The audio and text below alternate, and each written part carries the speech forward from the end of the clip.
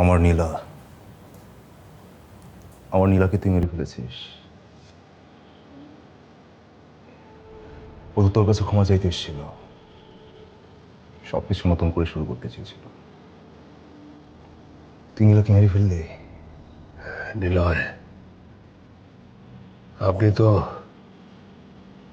আমাকে পুরোপুরি চমকায় দিলেন। আমার অনেক দিনের ইচ্ছে ছিল যে নীলা কার সাথে প্রেম করে সেটা দেখার।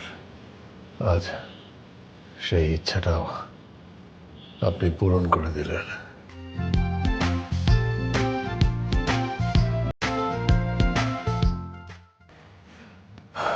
নীলা আর আমি প্রেমে পড়েছিলাম। নীলা তোকে খুব পছন্দ করত, তোর জন্য সে আমার সাথে সম্পর্ক ছিন্ন করেছিল। আর সে তুই কিনা নীলাকে মেরে ফেললি। আমাদের প্রেম কি তাহলে ভুল ছিল?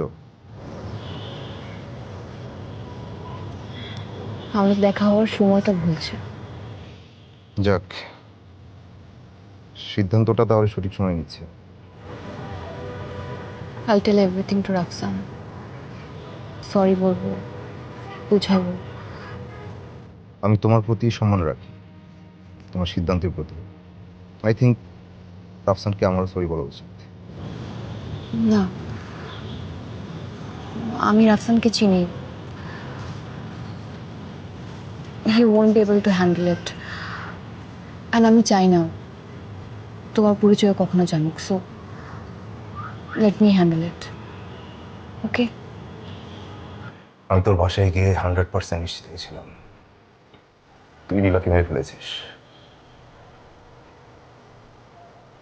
তুই যখন লাশের অনামিকা আঙুল চাইলি, ঠিক তখন বুঝতে পেরেছি তোর ঝামেলা আছে।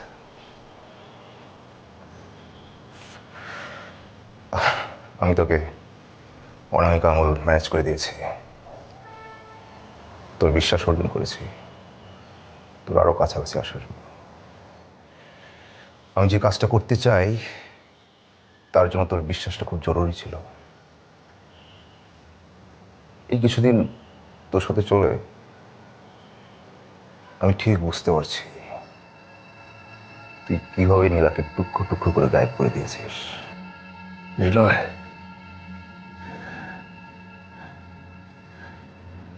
আপনি খুব স্মার্ট।